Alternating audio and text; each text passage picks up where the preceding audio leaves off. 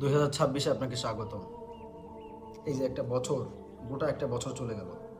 হিসেব করলে অনেকভাবে হিসেব করা যায়, কিন্তু দেখেন একটা বছর গেল, 12টা মাস, একটা বছর গেল। একটু দেখেন তো এই 12টা মাসে যিনি আল্লাহ তালা আপনাকে 12টা মাস দিয়েছিলেন, আল্লাহ তালার জন্য কি কিছু করতে পেরেছি? আমি যদি দেখি আমার আমলনামার খাতাটা যদি দেখি নিজে উল্টাই, কিছুই নাই। ফরজ নামাজগুলো কামা হক্কু যেমনটা পড়া উচিত হয় নাই। রোজাগুলো ছিল গত বছরের 30টা রোজা। রোজা মানে তো শুধু না খেয়ে থাকা না, রাইট? রোজা মানে তো অনেক কিছু থেকেই বিরত থাকা। সেগুলো থেকে কি বিরত থাকতে পেরেছি? না। চোখের হেফাজত করার কথা ছিল, মুখের হেফাজত করার কথা ছিল, কই? কানের হেফাজত করার কথা ছিল, সেটাও করতে পারিনি। এখানে খুশি হয়ে আতশবাজি ফুটাবো, এলাকার মধ্যে মদ গাঁজা এনে পার্টি করব, বারবিকিউ পার্টি করব ছাদের উপর গিয়ে, তারপরে হচ্ছে এলাকার মধ্যে নর্তকী এনে নাচাবো, বক্স বাজাবো, এরকম মানে এত আনন্দদায়ক বা আনন্দ দেয় এরকম কিছু করতে পারিনি আসলে।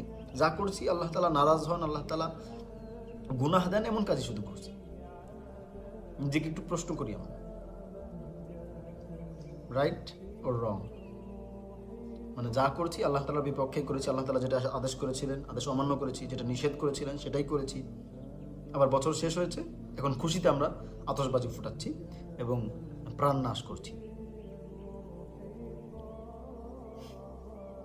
তো এখানে খুশি হওয়ার কিছু নাই, খুশি হয়ে আতশবাজি ইত্যাদি এগুলো ফোটানোর কিছু নাই। যাই হোক, আস্তাগফিরুল্লাহ লি ওয়া লাকুম ওয়া লিসাইরিল মুসলিমিন।